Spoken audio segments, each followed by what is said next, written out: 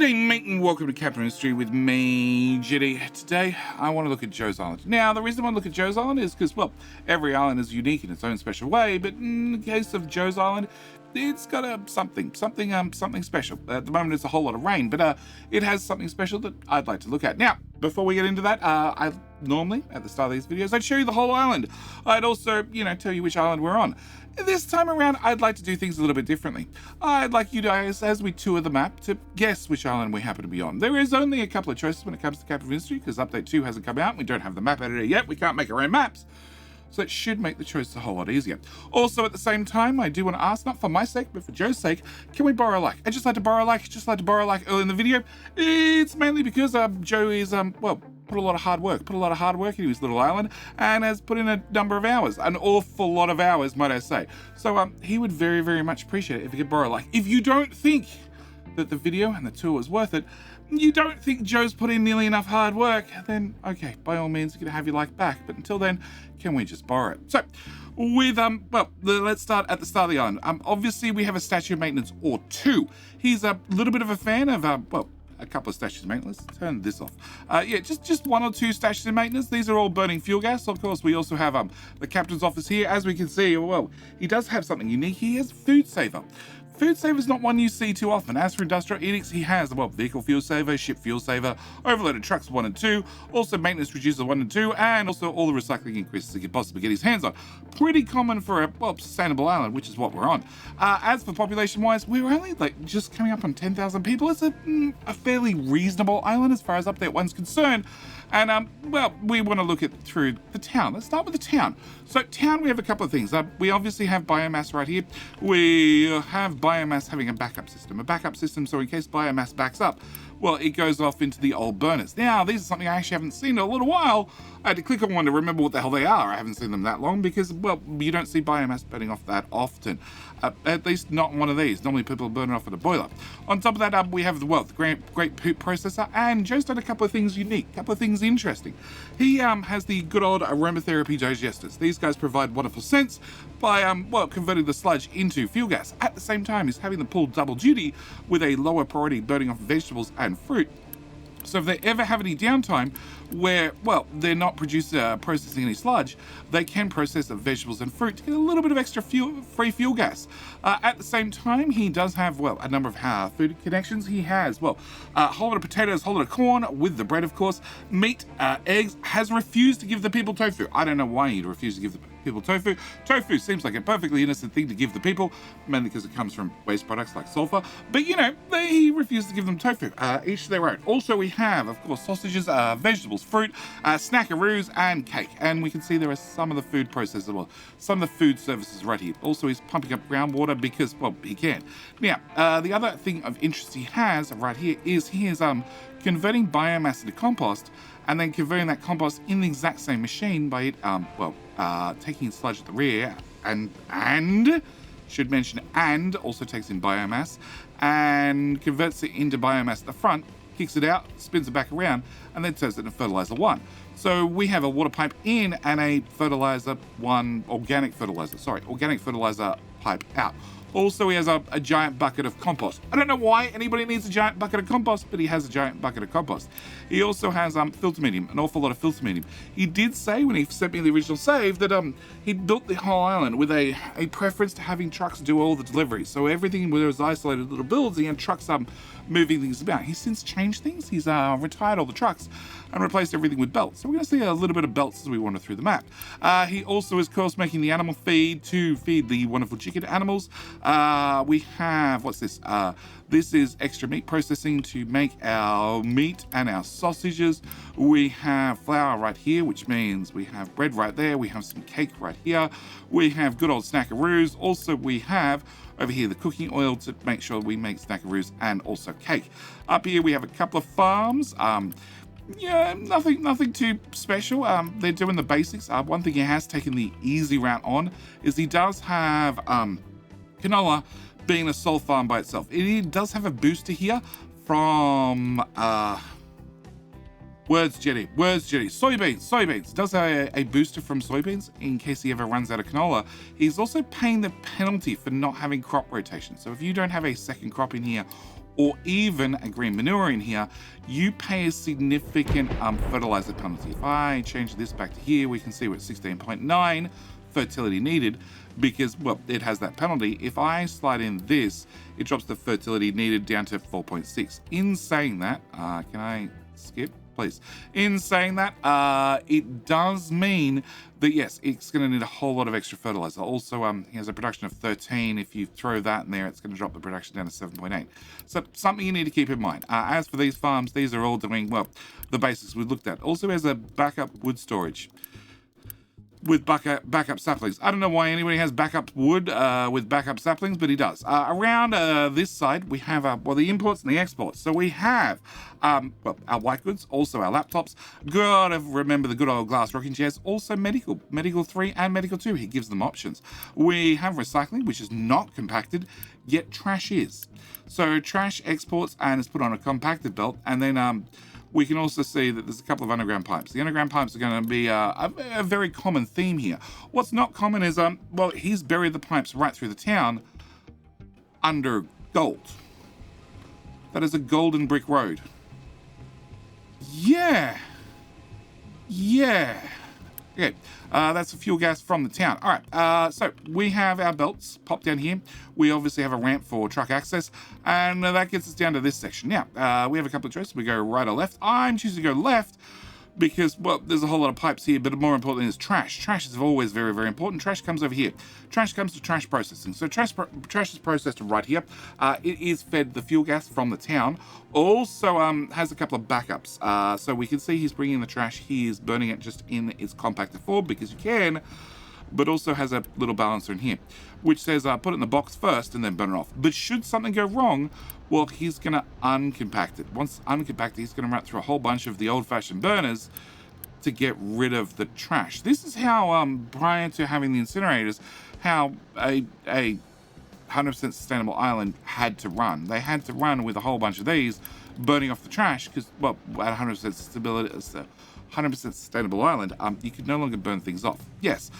So these guys are out putting a whole bunch of steam, and he's turning that steam into water. That is the water for, well, the town. Also has a couple of backup steam generators, well, boilers, to also run fuel gas should he need to, and has backups on the backups with some electric boilers. Also has a backup to the backup to with a backup for a thermal storage that is absolutely full of steam, ready to go. Obviously, all the seawater comes from here. All the, well, the brine gets dumped right here. He does have a balancer in here that's prioritizing to fill up this tank for the brine, which is 100% full and doesn't have an output, and a truck can't even access it. I don't know what it's doing here, but it's doing something. As for imports, we have our very first import here, which is our white goods for wood, because he's replaced all the trucks. Like I said, he retired them all. As for contracts themselves, we have slag for sour water, we have servers for iron ore, we have consumer electronics for crude oil.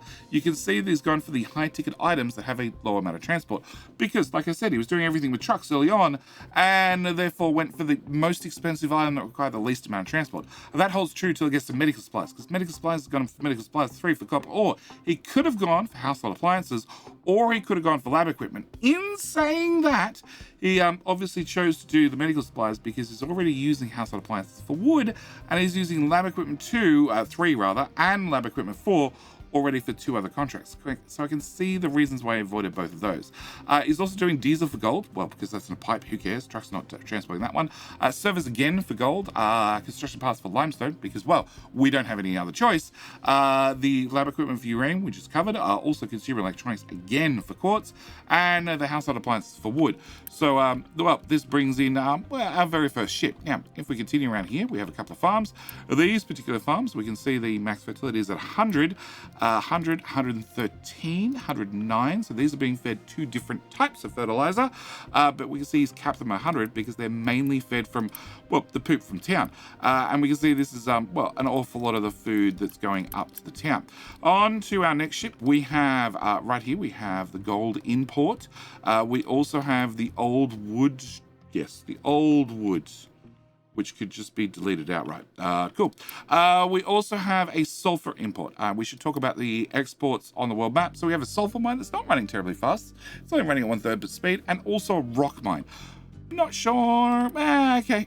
I'm not 100% sure why there's a rock mine, but we also have laptops for crude oil right here.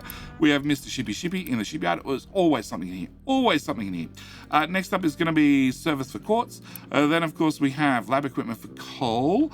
And then we have the rock import itself. Then we have construction parts for limestone. We have our medical for copper. And we also have service for iron. Now, right here we can see is going to be our very first piece of production we need to talk about. So in here we have our rock. Well, that's probably why rock's right there. Rock is being processed into gravel and then into manufactured sand, so we can make all the concrete slabs which is going to be required for his construction part 2 contract. At the same time, for again, there's some reason there happens to be a giant tank here full of compost that he's turned to dirt and then doing nothing with. Maybe he wants dirt in the future. We also have all these guys producing their concrete slabs at the same time, because he already has manufactured sand here. He's choosing to make his filter medium right here as well. So this means he doesn't need to have sand to do this. Also means it goes to a giant tank, and like I said, because he replaced everything with trucks, that belt goes to somewhere. It already is going to go to the town, where we'll find that eventually, to do the poop processing. Also, filter medium goes into, well, gold processing, a few other things, uranium, so on and so forth. So right here we have concrete slabs. Right beside this is going to be quartz into sand. Because he now has sand on site, he's going to do his glass mix right here, along with poly. So poly is also done right here. Now, funnily enough, something I didn't really expect, because most people, once they get the low pressure steam, they try to do something with low pressure steam. Instead, he's chosen to take that low pressure steam and, well, just convert it straight back into water. It does mean there's a loss in this system, in all these smelters, which means he needs to replace that water. That loss is normally there no matter what. But yeah, I generally, like I did in the Crater playthrough, I ran it through a couple of turbines first, so at least I could get some amount of free crappy power out of it, because why not? All right, continuing through, we have just a little bit of spaghetti. I'm not talking about spaghetti. I'm not looking at spaghetti. The spaghetti doesn't exist. We do have paths. This is something I really liked about this island. We did have, wherever possible, he put in some driveways. I do appreciate the fact that he used coal to paint the roads. They don't always line up with, where the temporary bridges have gone in, because he did use a whole lot of underground pipes. And as you can imagine, at some stage he's had to dig an access grout to get in here to change something, and the road just got moved to the side. Just like in real life, when road work happens, all the traffic gets rerouted. Okay, other farms. We do have this section of farms here, which is doing, well, mainly the things required for medical, which is on our left, but we'll talk about that in just a second. Also doing flowers. Flowers are very, very important, because flowers travel up to, the Tomb of Captains. He wants to make sure that if he ever dies, he definitely has a good resting place. And again, buried pipes. Buried pipes for, oh my god. Oh, the fuel gas goes all the way there. Okay, fuel gas. Fuel gas for each one of... I clicked on you, and there's a connector right there. 450. There's another pipe. Okay. Has all the statues maintenance, gold with buried pipes. Does have the lovely Tomb of Captains up here on a plateau of limestone. Yep. Okay. All right. Continuing on. We have the farms, which are going to make our sugar. Sugar is going to come straight over here and go into medical. Now, as I did say, he is doing a whole lot of medical for copper ore. So we have medical 1. We have, part of medical 1. The other half's there. Then we make medical 1. Medical 1 gets converted into medical 2, which some of that gets shunted off to the town through a balancer, which prioritizes medical 3 first. But if he runs short, he can use the medical 2. And then, of course, makes the medical 3, which is then shipped off.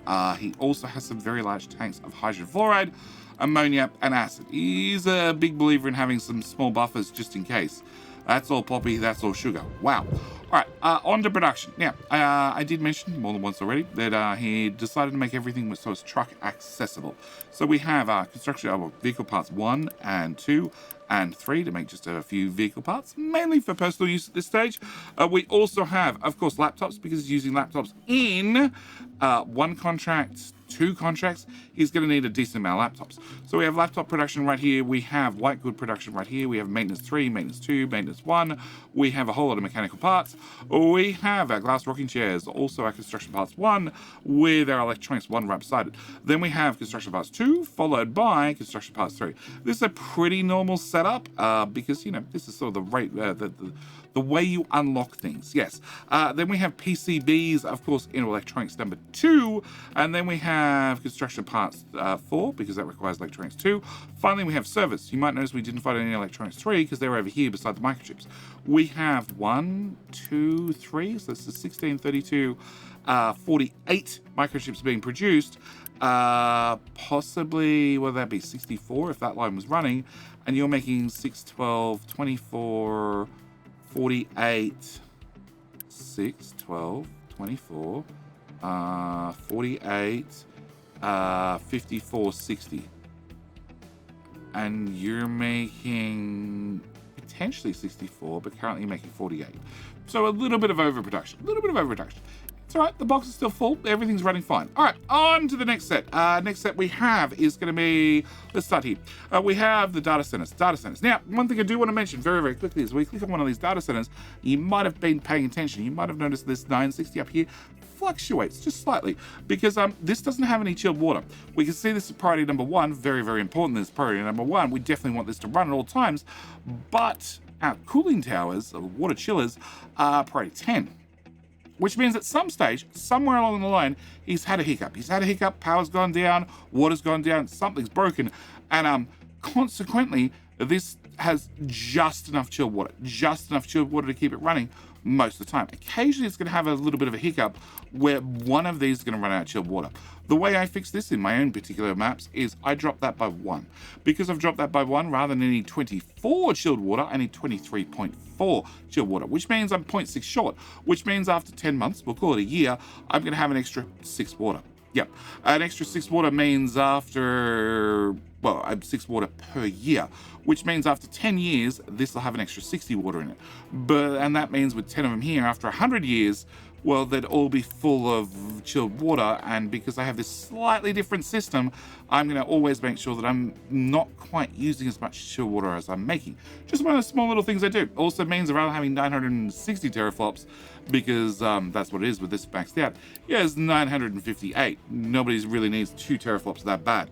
All right, on to the next thing. So we have copper smelting, plus we have iron smelting, and then of course we have steel smelting, and then we have CO2 processing. So we're collecting all this exhaust right here, shipping the sulfur off to wherever sulfur goes, also processing all the carbon dioxide. Now, carbon dioxide, you've probably seen this before, where we process all the carbon dioxide in the graphite.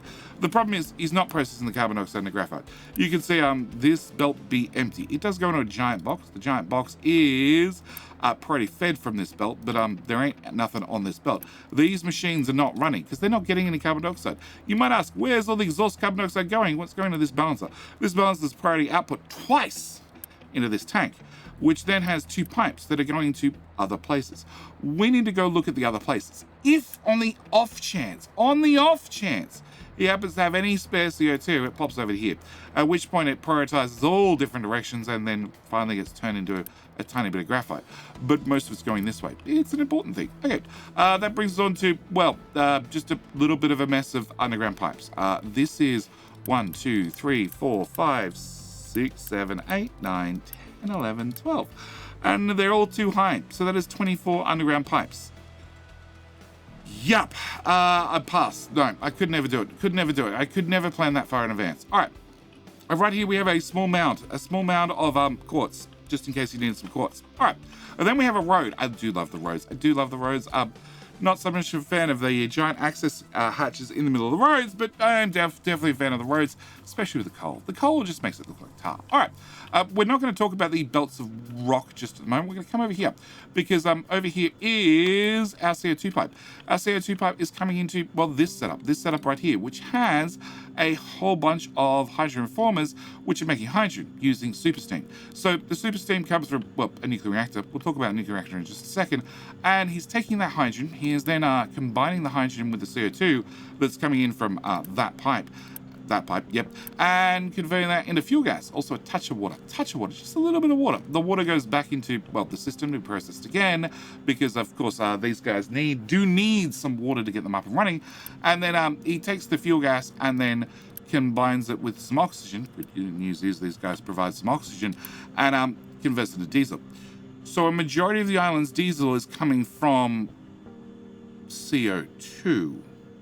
Yeah, that's an interesting way of looking at things. Of course, here's recirculating the water back down from the depleted steam from these guys, cooling it back down, running it back in the system. All right, now you might ask, super steam. Super steam comes obviously from a super reactor. Oh, plus we have more CO2 from more sources. Yeah, there's a few sources. All right, we have super steam. Super steam's coming out of this fast burning reactor. It dumps its super steam in here, which has a priority out into power first. But these power priorities, that's the words I'm looking for, on these generators are awfully low. They don't really kick in that often, so generally the steam heads out into the hydrogen reformers to make free diesel from CO2. Yeah, any excess steam goes into these guys, and it does need some steam out of these guys to, convert the super steam into high steam, because once it converted into high steam, it pops into here. And when it pops into here, it goes to another balancer. Now, this balancer is prioritized not into making power, but prioritized to the next balancer, which is not prioritized into power, it's into the next balancer. And the next balancer, at which point it pops over here. Once it pops over here, it goes into the oil refinery. He is running the oil refinery off a fast breeding reactor. Yeah. The oil refinery, we have standard stage 1, 2, 3 distillation. We have a whole bunch of cracking. We have more cracking here. And then we have actually the source of the graphite. He's using the good old-fashioned recipe. The one that uses a little bit of coal, a little bit of chlorine to make a whole lot of graphite, a whole lot of sour water. The good news is, no, sour water processing is over here. Has plenty of sour water processing. Also has polymer, making polymer on site. Also makes all the chlorine on site for, I'm assuming, everything. Like, one of these doing 96 chlorine is probably enough chlorine to do everything on the map. And considering the amount of buried pipes he has, that goes straight into a connector, doesn't it? It wraps back onto itself into a connector. Oh god. This is your other problem. Like, trying to track down a pipe and where it goes. Straight to the town, I bet. Oh, look. Straight to the town. Yep. Okay. There's also a bit of unmined iron and copper right here. Does that help you work out what map we're on? I didn't think so. That's all right. Yes, anyway. There's only so many choices. Okay, so he's making all the chlorine here. He's also making a whole bunch of converting excess ammonia into hydrogen and nitrogen. He has a full tank of hydrogen, a empty tank of fuel gas, because of course that gets converted to diesel. Sour water is processed here. Very, very large tank of sulfur. Also a very large tank of ammonia. Yeah. Limestone, we also are making extra ammonia on site. I'm not sure why. And just does all the acid processing right here. Again, there's going to be somewhere on the front of this, that side. Oh god. There. I can see it. I can see that's the pipe. I have no chance of clicking on it. In there, somewhere, buried, is a pipe. Not that pipe, not that pipe, not, it goes straight underground, doesn't it? 100% goes straight underground. Hang on. We can do this, and then we can zoom right the way in. No, it's this pipe. It's that pipe. That pipe's acid, which then promptly disappears underground and goes left and right. Cool. Yeah, making all the acid on site. Also has a rubber import, because he's making rubber here, but of course every single time you deconstruct a belt, if you let the trucks do it, well, they're going to need to put that rubber somewhere. This is also a box that, for when you do it with uni, it disappears into this box. Of course, we have fertilizer 1, and where was it? Yeah, no, that's slag. Fertilizer 2 over the back. Yes, these guys are acid, these guys are fertilizer 2. Yeah, fertilizer 2. So this is the little oil refinery. We also have a slightly buried shipyard. Good news, for just 10 uni we can recover ocean access. It's blocked by 31,483 locations. Yep, that makes the rock disappear, and it doesn't really help the process. Okay, over here we have yet another fast breeding reactor with another fast breeding reactor with all the processing required to keep fast breeding reactors up and running. We have our uranium for our science import right here. A couple of storages for all the nasty stuff that we've had hanging around. Couple of core fuel. 1, 2, 3. Oh, 3. You can only run 2.5 off one of these guys. Yep, okay. So we have a couple of nuclear reprocessing plants. We have a couple more ships. So we have our sail, water, for slag contract right here. And right here we have our gold contract, which means gold's being processed right here. Obviously gold in a gold crush into gold powder into gold ore concentrate, into actual gold, to disappear into a box, and then a belt that goes to places and stuff. All right, finally we have, obviously, all the toxic slurry from both nuclear and gold is processed right here, and that leaves these belts. These belts that I said we'd talk about later, I guess it's later. Okay, these belts, they pop around this side of the map. And then when they get to here, they do a 180-degree turn. Yep. And then they continue down. Now, every now and then, there are markers on the map. This is a marker here that says this is minus 99, this is minus 0, this is minus 1, which means this is 100 tiles down. Yeah, it also makes all my frame rates disappear. Cool. Let's slow down the game. All right, so this is 100 tiles down. And then if we continue down, we'll see there's another little bit of loop. And we'll continue down. And there's another marker here that Joe was kind enough to put in these markers for me. So this is now minus 200 tiles down. And then if we continue through the belt spaghetti, also can't forget he's running diesel down here because, well, the workforce has got to be somewhere. No, this is the next one. Yeah, this is the next one right here. We're now down at minus 300 with another fuel station, another couple of buckets to make sure that I have no idea. There's more rock to put somewhere. I don't know. Which is then going to continue down here, which is now minus 400. Yep. Minus 500. Minus 600. Minus 700. We can see this path is getting much narrower. Minus 700. Minus 800. Nope, I lost count. Where did I lose count? 1, 2, 3, 4, 5, 6, 7, 8, 9. Yeah, that's minus 900 at this point. And then we finally get to the bottom.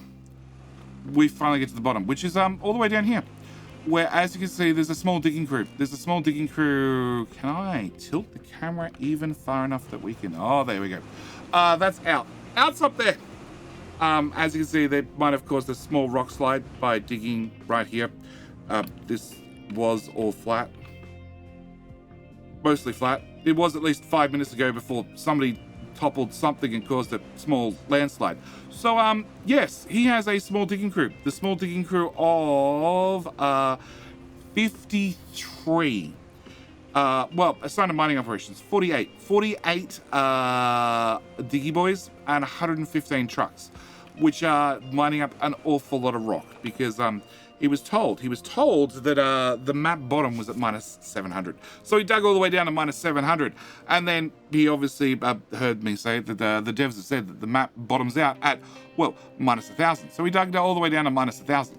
Now the question is, does the map actually bottom out at minus 1,000? I don't know. I've never seen somebody actually get to minus 1,000. So we're going to tell the diggy boys to dig just a little bit deeper right here. We're also going to tell them to stop digging this. Just stop, boys. Stop. I'm only going for the devs 7. Devs have told me it's minus 1,000. All right. Now, we're going to notice a couple of things. Now, this is a truly unique setup.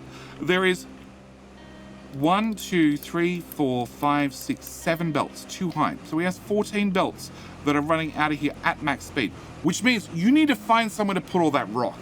Now, we may remember that somebody might have broken the game previously by proving the fastest way to race things was not with trucks, or the fastest way to transport things was not with trucks, but with belts.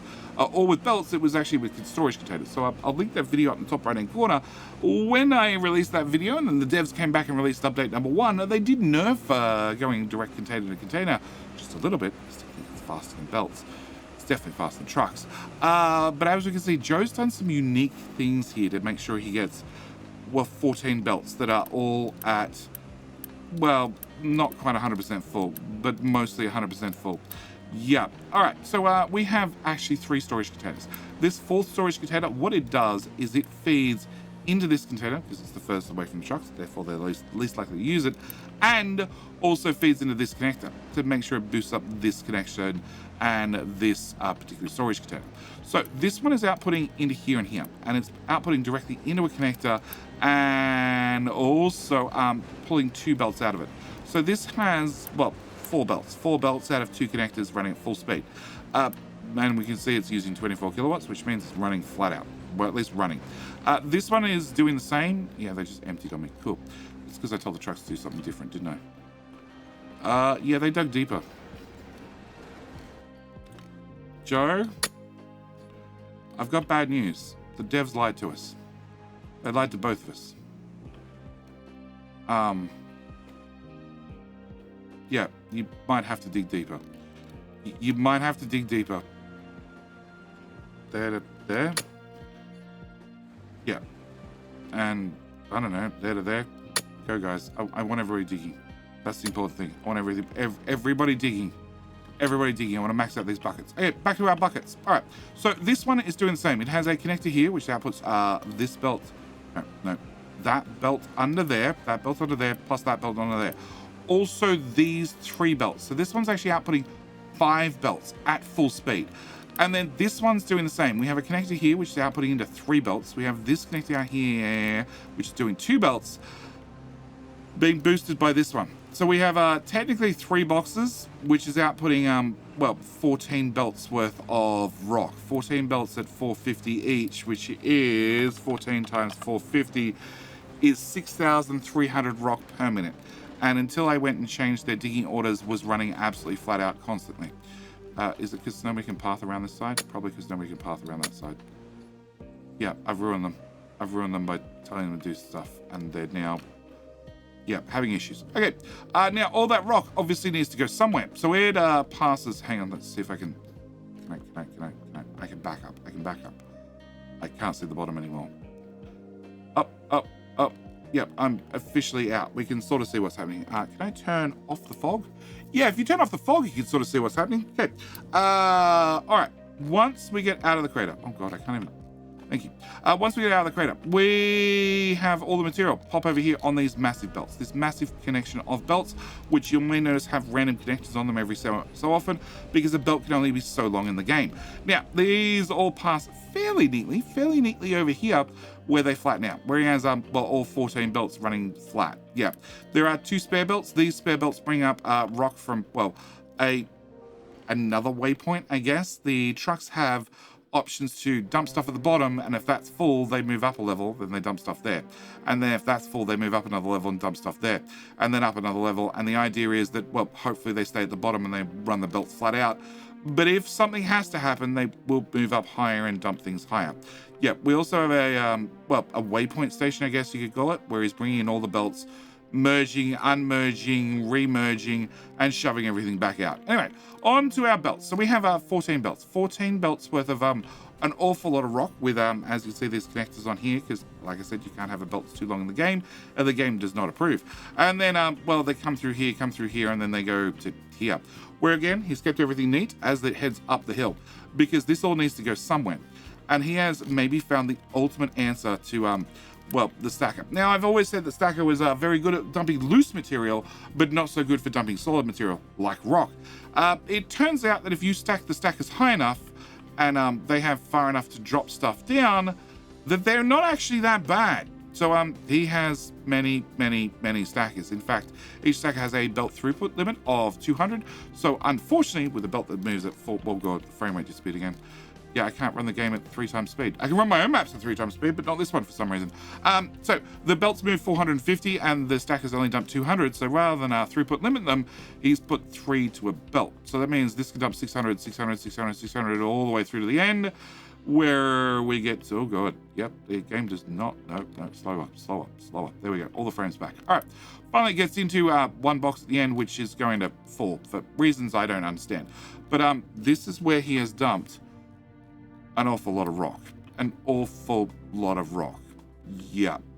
An awful lot of rock. And there is the edge of the map. The edge of the map is over here, which seems to have been reinforced against the sea. You do not want any of these wall pieces to break, because this is a hole that once flooded, you are never, ever digging out again. In fact, I don't even know if you can access this anymore. There is no way you can even access this anymore. Nope. You'd have to dig a new path all the way around, and I don't even know if you can. Yep. Yeah, that's all right. He's digging towards the left of the screen. But yes, he has filled out a little bit of the islands. There is plenty of room to dig, so he can start at this corner and dig across left. But yes, this has been Joe's little island. Now I do ask you, I'll even give you one last hint. If we zoom out far enough and I turn back on the UI, and I even turn on the layers for you, which map do you think this is? Oh, which map do you think this is? All right, I'm going to do my best to line up for Erigere in that orientation. Yep, something similar to that orientation. This is the You Shall Not Pass map. This is the You Shall Not Pass. I did not believe it was You Shall Not Pass because Joe definitely did pass. He did pass. He did, well, he didn't exactly flatten the island. There is some of the central structure still left, and there's definitely plenty of ore in the ground. Oh, I forgot the giant hill of dirt, in case he wants to put a layer of topsoil on everything. Yep, there is some of the island still remaining, and he's filled out well past where the beach line was, but yeah, and also has more designations to fill out here with, I'm assuming more rock, more dirt, more, I don't know. But yes, this has been a map and a half. Congratulations, Joe, on getting down to, well, -1,000. This has taken, what's that year? It's the year 29,000. Yes. Oh, and he did mention also, rock. The patch notes. There was, 5.5B, I think it was. Maybe Energetti can find the patch notes to put on the screen. If we do quantity max, no.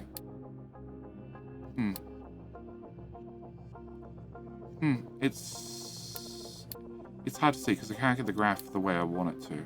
Oh, actually, no, we can. It looks like right around here is where 5.5B or C came out, which improved the rate at which well, materials slid when you dumped them.